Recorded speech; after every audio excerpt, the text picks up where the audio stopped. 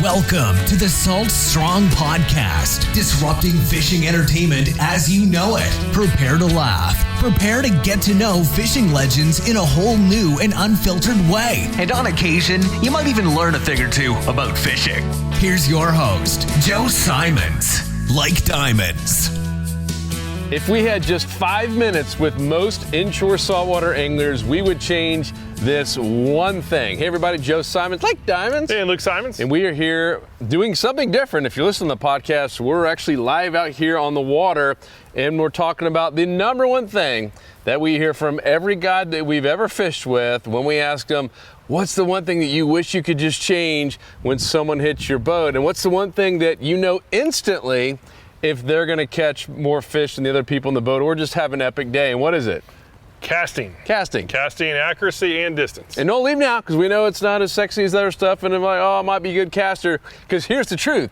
The other thing they said is that most anglers, when they start talking to them about casting, they think they're a better caster than they are, almost all of them. And we were the same way as well. We always thought, oh, we don't need help with casting. We know how to cast. We just show us where the fish are. We'll find them. We'll catch them. But by and far, every single time we've asked that question, the captains have said casting's the number one issue, and most, if not every single one of the anglers, think they're a better caster than they are. So we're gonna set up some stuff out here and show you how we practice casting and a couple little secrets to doing it on the water, off the water, in your backyard, etc. We're talking about the dart cast, which is something that probably changed our game more than anything else. Talk about equipment. Yeah, and the solution, the good news is the solution isn't more time on the water, right? That's all limited. Correct. What we're gonna show you is ways to get better without having to be on the water, so that when you're on the water, you're maximizing your time. And this isn't just for newbies. So we're gonna be talking about some equipment things that are holding a lot of advanced anglers back. We know from experience we were making the same mistakes, and so we're gonna go through all that. Some of it's gonna be a little controversial when we get on the equipment, but this truly we learned the hard way, and these tips are certainly gonna help make sure that you save time and money while catching more fish. Cool, we're just gonna let this thing keep rolling. I'm gonna get behind the camera to zoom in so you can see this stuff. Luke, you wanna take some of these buckets and we'll start doing that? Yeah, so we'll have some buckets here, but first, while we're getting set up, we'll just start talking about the equipment. So you see us both holding spinning tackle. Don't be like me. I thought that spinning tackle were for just people who didn't know how to throw bait cast reels. I did that for many years. I was bait cast only, and I literally would look down upon anybody that I saw holding a spinning rod. And once thin braid came out, that is a total game changer, to the point where now I use spinning tackle more than anything else. I still use bait cast on occasion, but a good spinning reel can outfish a bait caster of the same price, 9 times out of 10, if not 95 times out of 100. So don't dismiss this because you see spinning gear. Trust me, it makes a big difference. It's all about having the good equipment and thin braid line. That is a total game changer. The goal here is distance and accuracy with the least amount of energy. And this type of setup that we're gonna be using today is what does it. You basically need to have just a nice rod. Most of the budget should be on the rod. Nice rod, at least 7 foot, ideally 7.6 is what I've been doing. Medium power, fast action. Good line, 8 strand to make it as smooth as possible. The vibration of line going through guides spooks a ton of fish. It was like the invisible man that I was wondering, why am I spooking all these fish? As soon as I went to a smooth, thin braid, I started spooking way less fish, and my catch rate, both on quantity and quality, went up. So don't make that mistake. And then as far as the reel, go with something small and light. Basically whatever budget is left over after you get a good rod and good line, then the reel fits the rest of the budget. So reel, especially if you want to get better with lures, reels are not that important. All they're doing is just letting line out and then providing drag once the rod does the most work. So now let's talk about casting. Number one, there's really just 2 types of casts. We talked about the dart cast. We'll go ahead and just show you what it is, and it's almost like fly fishing. So you do not want to do this with live bait. What you're doing is the cast starts at the back, on the back, and I basically go up pretty fast, and then pause just after the 90-degree mark, and let that lure fly around and load the rod. So that rod's getting loaded, and then on the forward cast, I'm using the power that's built up in the rod with just a small movement forward, and the lure launches. So I'll just cast this direct, Joe. Maybe go this way a little bit. Yeah, so what you'll see here is I basically point at the target, load the rod, and release. So minimal effort, and it's almost like throwing a dart. So my top hand is just doing a little dart while my bottom hand is pulling the butt towards me. So use both hands, don't do the whole one-handed cast. If you use two hands properly, and you will see not only longer distance, but way less effort to provide the distance. Number two is when you're doing the dart cast, right? We're loading the rod, we're relying on that lure's weight to load the rod. You do not want to do a dart cast if you have a lure that's overmatched for the rod. So if your rod gives a range of 1/8 ounce to 3/4 ounce, don't do a strong dart cast with a 1 ounce lure, because it could break your rod. You do not want to do that. So second cast, obviously practice makes perfect with everything else we're going to discuss. Second cast in general is we call it the live bait cast. You don't want to use live bait with a dart. If you're using live bait on that back cast, when you stop and let that bait swing around, you're going to be chumming up behind you. A lot of times that bait will fly off from the inertia, and you do not want your bait to fly off. So for live bait, do a slow cast. So with the dart cast, we only came back to just past 90-degree mark. With live bait, we start basically all the way back, and then we develop our tip speed over a longer period of time. So just if you're throwing heavy stuff, or if you're throwing live bait, do that longer type of cast. Either way, whichever type of cast you're doing, practice makes perfect. So that's why we have these little, we'll put these buckets out here, and you can practice in your backyard. So Joe's best improvement actually came when he moved away from the water, and it was night and day. I was wondering, I was like, what are you doing? You're just casting way better. And what he was doing is he was playing with his kids in the backyard, and while out there, he was throwing, just aiming at a trampoline. There's like a little gap in the trampoline, and he was practicing hitting that gap. And next thing you know, he's now out fishing me sometimes, which was driving me crazy. So all it took was practice. And I'm still mic'd up as you kind of walk over here. And it was every day. So I was out there doing 50 to 100 casts a day, but I was going left hand and right hand, because I would call a disability that most people have, is I could only cast right-handed. So if I was on the boat with you and all of a sudden we switched places, I couldn't make a good cast left-handed, and you could cast really well both sides. Same deal if you're in a kayak by yourself and all of a sudden you happen to, for whatever reason, current wind or whatever, where you can only make a left-handed cast, and you have that shot and you can't make it because you're not confident or you can't do a left-handed cast, it absolutely kills you. And so that was huge for me, is just practicing casting from both left-handed and right-handed in the backyard. We had Mike Iaconelli out, probably one of the best casters. Yeah, not probably, the best that we've ever seen. been around, and he's known as one of the best casters in the bass fishing arena as well. And he's like, yeah, do it every day for an hour. It's just like working out for an NFL player. It's just what I do. So I was doing something similar like this from a similar distance. I don't know, 40 feet away or so. Yeah. So when you're doing the casting practice, it's at least if fishing Florida waters and most waters, it's rare to be up on the shallows where you really need to accurate cast, and you can get within 30 feet of fish. At that point, you're pitching and doing that kind of stuff. So I recommend practice a little bit longer distance. And it's basically like when I'm on the boat, whoever I can see that can cast far and accurate almost always catches the most fish. Because anybody can be accurate short, not everybody can long. So we're about 30 feet away, and this is kind of like the beginner mode, where get about 30 feet away, where it's basically not even a half cast away as far as max distance, and just practice accuracy. Practice some overhand, and as Joe mentioned, doing some overhand, and then get also comfortable from the sides. Not at all times can we cast overhand. Like right now, we have a tree almost in play. We have a tree above us. If you're on a boat with a bunch of other people, you might have somebody behind you, and you don't want to hit them. And so get comfortable, do some reps above hand, but then do some to the side. And again, the goal isn't to hit the bucket. If we don't hit the bucket, we're not getting mad, right? We're just trying to get close and just get used to just going. Every cast should be towards some sort of target. So that was my good side. And then also practice your not so good side, right? The backhand is what we'll call it. So over time, you should be just as accurate, at least close to as accurate on the backhand side as you are on the forehand. And again, practice makes perfect.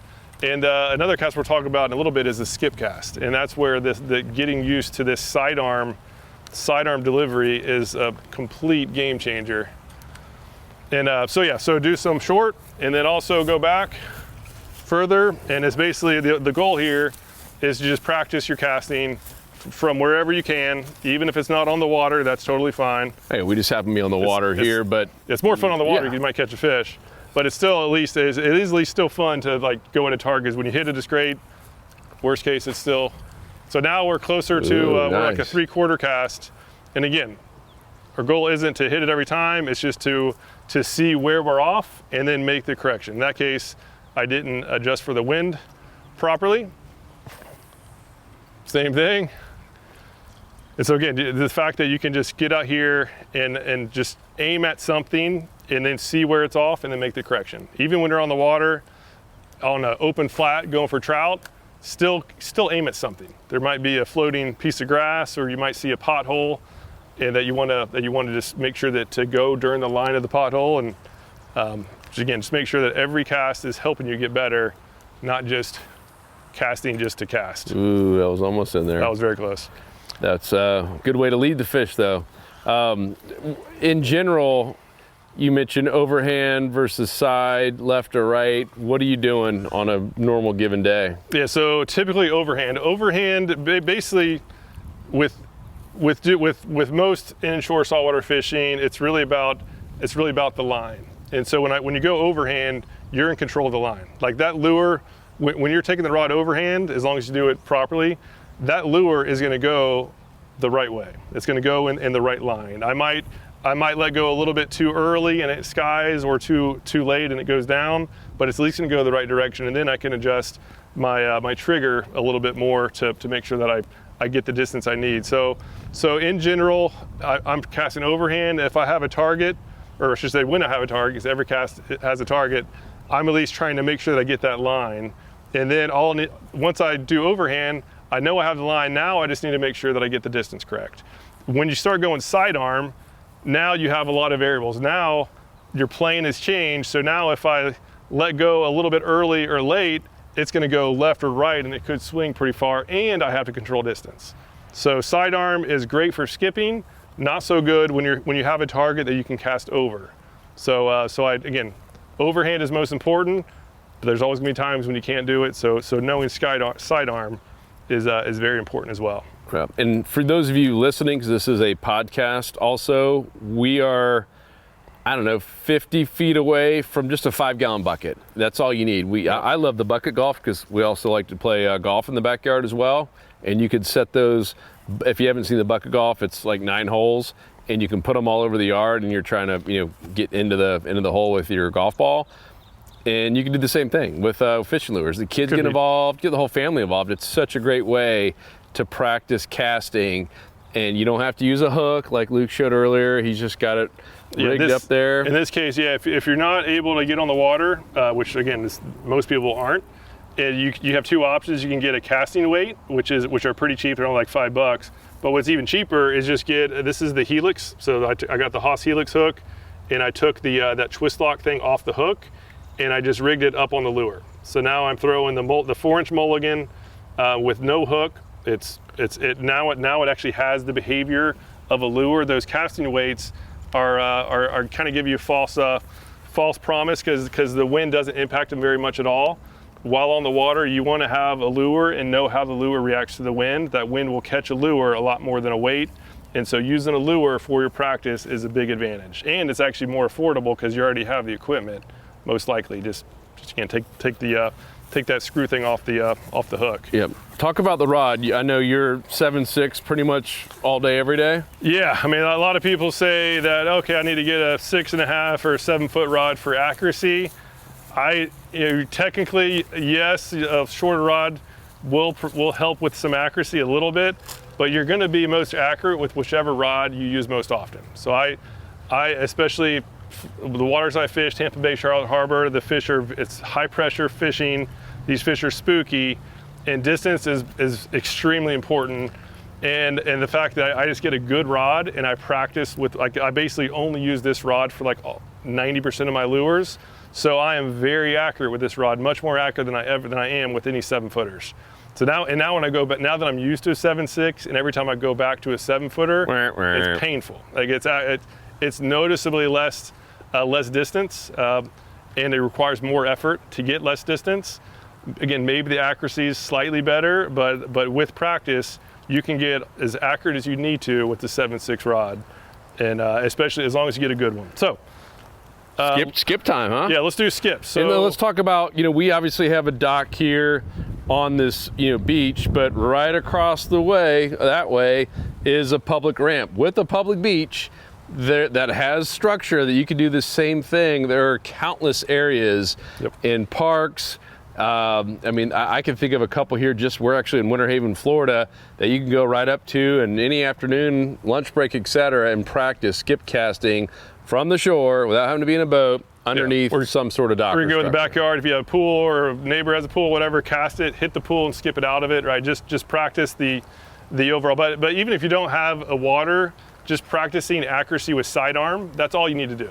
Because all a skip cast is just getting the lure, keeping the lure close to the playing field, right? And then getting tip speed. Get that lure moving fast and low. That's going to make sure that you have a good skip. And the trick is just to get comfortable and to increase your accuracy while so when you're on the water and you need to go through a little small gap in some dock pilings, or if there's a little nook in the mangroves, that you get the confidence and the ability to hit those gaps accurately. And so you could practice that, like that gap right there. If you can do that consistently, your ability to catch snook and redfish is going to go up like 100x, because those fish are structure oriented and they really like hiding under docks and mangroves, and not many people can do that. So these are the least pressured fish in our waterways, and that's where they are. For trout fishing, it's not that big of a deal. Trout typically don't hold as tight to structure as snook and redfish. So again, just get used to doing this low sidearm cast, get your accuracy down, and as long as you have a lure that skips well, you're going to be able to skip better than most people after just a little bit of practice. All right, let's see if you can get it in this small little gap and have it go through the other side. All right, see if we can do it. I might have I think I hit the back piling, but it went all the way through. You got it. I see your lure. So again, practice makes perfect, and this little cast alone will make sure that you're out fishing the live bait people, right? So live bait people can't get under the nooks and crannies. As soon as you can do a skip cast, woohoo, and you can get so now in this case like this, he would have a awesome opportunity to catch some fish that's sitting underneath this dock in the structure, away from the hot water, away from the sun. That one hit the piling. And yeah, this is why I now catch way less fish per trip when I'm using live bait, like doing live bait tips. I can't stand it because you really can't cast them like this. You have to hope that the fish goes under the stuff themselves, and they rarely do. Oh, you got some. When they do, they get hammered, but they rarely do. So you got some brim coming up to check you out. Oh, was it really? That's funny. So yeah, so get used to do it. So for me, I do best on the left-hand side. Oh, that one should have gone way underneath. Yeah, that was a good one there. So for me, I'm better. My natural side is on the left. I cast left-handed. If you want to get really advanced, you can't always position yourself so that you can cast in your ideal, do a skip cast in your ideal side. You also need to try to get comfortable doing the backside as well. So it feels weird at first, but just a little bit of practice. You probably won't get as good as you are on the good side, but with a little bit of practice, you'll still be catching, like that one went all the way through on the bad side. So you'll still be catching a lot of fish, even when you can't position optimally. So skip cast is a really big deal if you want to be able to get consistent, especially like in the summertime when a lot of big redfish and snook, even all sizes really, they're getting up in under shade like this dock. If you can deliver a lure up into the strike zone further than other people, you're going to be catching more fish than other people, and all it takes is practice. Yeah. One tip though for lures, so not all lures skip the same. So one of the best lures for skipping is this one right here. It's the Mulligan. This is our full 4-inch paddle tail. You want to have lures with no hard edges and as just kind of as smooth and rounded as possible. And so this is a great one. A lot of different riggings will impact it. So the heavier the weight, like if I put like a 1/2 ounce jig head on this, it would be really tough to skip. That's a lot of weight. Typically I'm throwing, when I'm skip casting under docks, I use the least amount of weight I can to get down to the depth zone that I want to fish, which usually is on the bottom. So I try to go as light as I can while still getting the depth. And those jig heads that wobble, those don't skip well either, right? So if you use a wobble head, make sure to kind of pin it in place with putting more material on it, whatever you need to do to try to make sure that you can skip as good as possible. Cool, love it. But all this is great. I'd say just in general, the mere practice of casting where it becomes habitual, a habit, as Luke said, where it's just kind of wired in, like Luke, where he can just do it without having to think about it, is critical, because no matter how much you think you can do it when you get on the water, and it's the same with throwing a cast and everything, when you're really out there in the real world, there are going to be times where all of a sudden you see the bait or the cloud moves over and you see a chance to sight cast a fish, or if you have a guide or a friend who's awesome and they're up on the tower pulling you around and says, hey Joe, hey Luke, hey Bob, fish or a redfish at 11 o'clock or 2 o'clock or whatever, you have seconds to make that cast and make it count. And if you haven't practiced, you're going to end up maybe ticking off your buddy, losing the fish. And I'd say that from many times where I've screwed up and wish I had made a better cast. I just had a little bass hit it. I just saw something hit it. So yeah, definitely practice in the backyard.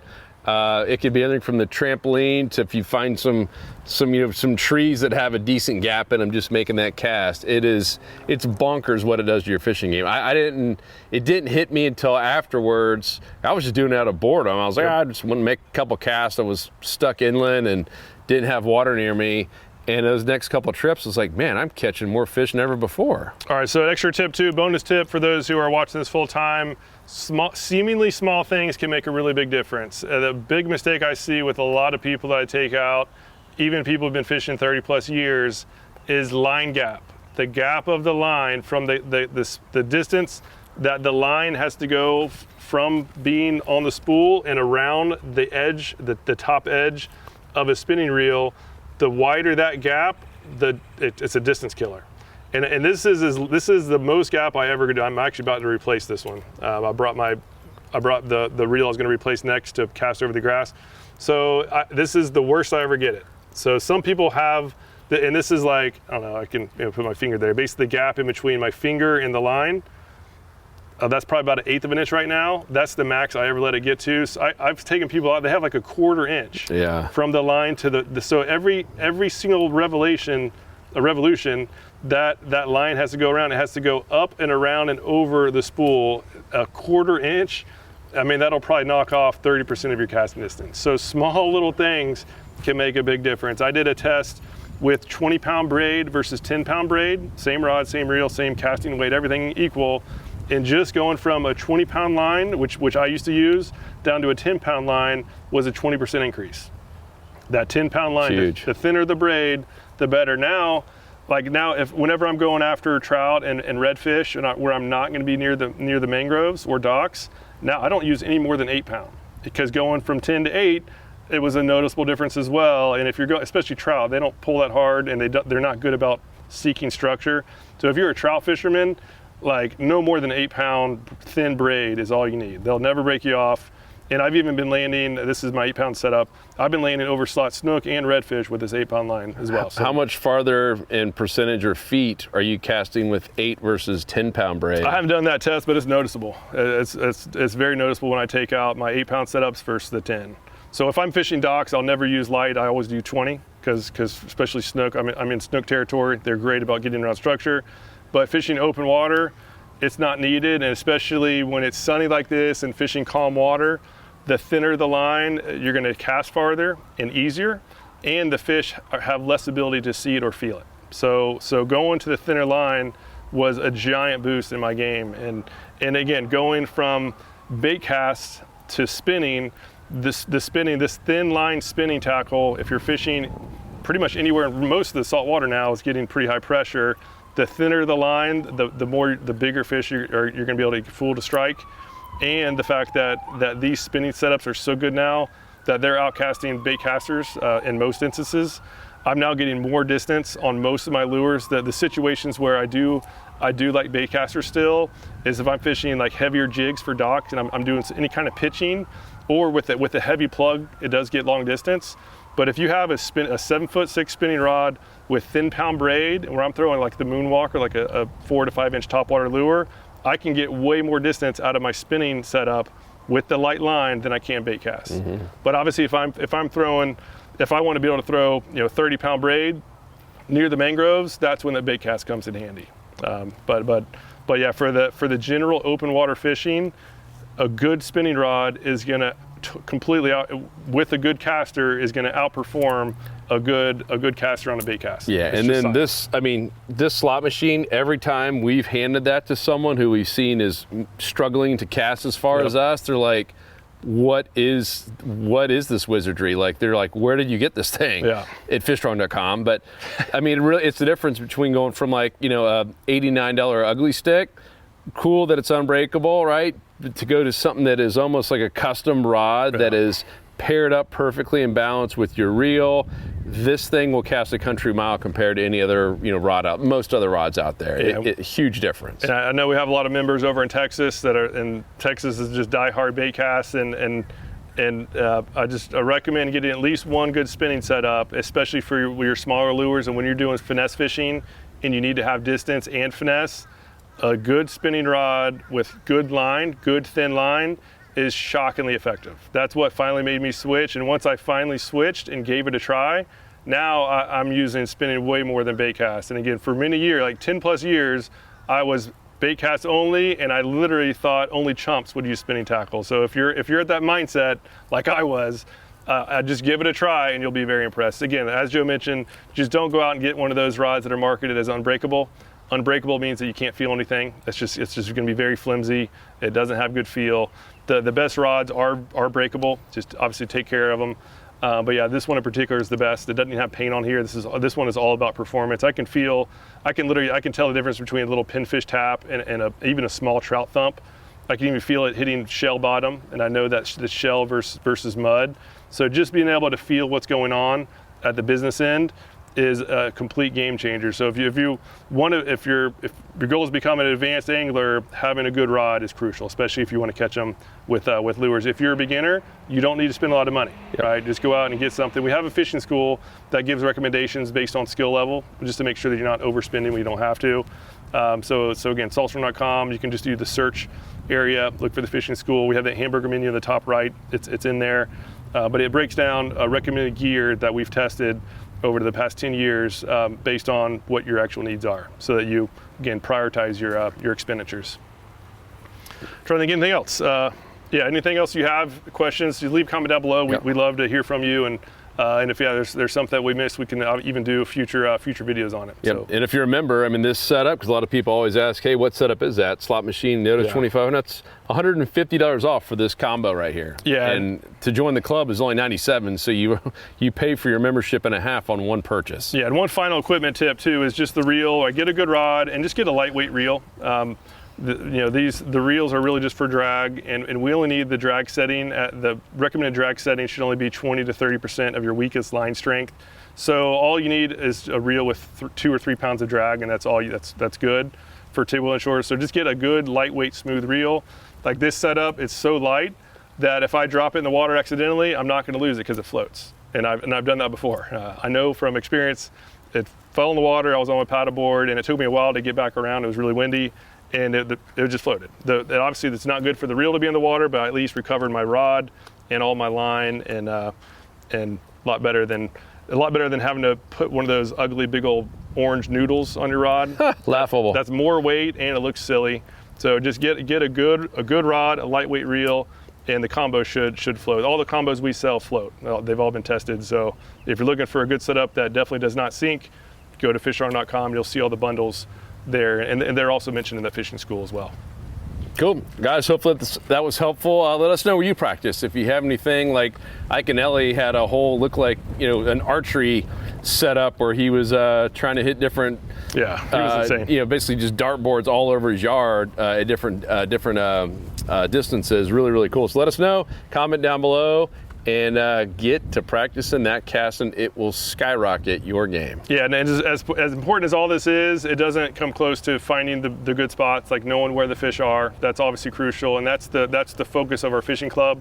So if you haven't yet joined the fishing club, we literally have an app that goes for every area and actually shows you where the fish are going to be based on conditions. It gives you a good amount of spots, and more importantly, it has advanced layers where you can find thousands of spots that are good near you. So try it out. It's guaranteed to work. If somehow you're not catching more fish, you get your money back. Simple as that. We now have over 60,000 members, and it's changed a lot. It's changed a lot of people's game, made them into like truly a good fisherman that can catch fish every trip. And so if you're struggling with consistency, it's probably more so the spots than the equipment. So highly recommend just giving it a try. Yep, saltshorn.com. Appreciate you guys. Chat soon. Let's go catch some fish. Yep. 'Cause fishing, it's in my soul. It was passed down to me from the days of old. Find us on the